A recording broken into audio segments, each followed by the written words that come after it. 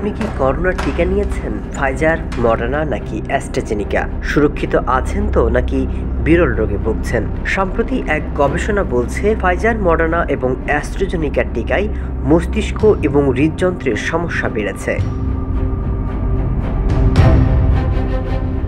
এদিকে ঔষধ এবং টিকা প্রস্তুতকারী প্রতিষ্ঠান অ্যাস্ট্রাজেনিকা বৈশ্বিকভাবে নিজেদের সব করোনা টিকা তুলে নেওয়ার ঘোষণা দিয়েছে। যদিও প্রতিষ্ঠানটি বলছে করোনা মহামারীর সময় যে বৈশ্বিক পরিস্থিতি ছিল এখন তা আর না থাকায় তারা এই সিদ্ধান্ত নিয়েছে।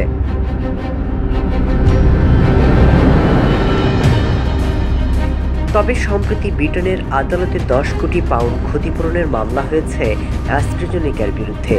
মামলার অভিযোগে বলা হয়েছে অ্যাস্ট্রাজেনিকার কোভিড টিকা গ্রহণের কারণে গুরুতর পার্শ্ব প্রতিক্রিয়া ভুগে বিশ্বজুড়ে অনেক মানুষের মৃত্যু হয়েছে। অ্যাস্ট্রাজেনিকা কর্তৃপক্ষ স্বীকার করেছিল যে টিটিএস নামের এক প্রকার শারীরিক জটিলতা দেখা দিতে পারে, তবে তা খুব বিরল।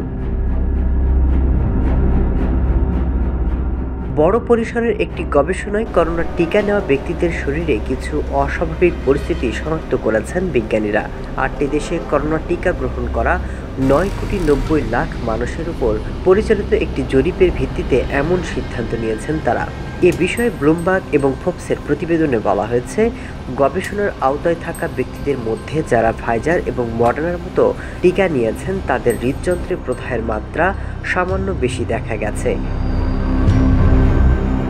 অন্যদিকে যারা ভাইরাল ভেক্টর নামে পরিচিত অ্যাস্ট্রাজেনিকার টিকা নিয়েছেন তাদের মস্তিষ্কে রক্ত জমাট বাঁধার মতো একটি বিরল ব্যাধির সম্পর্ক পাওয়া গেছে।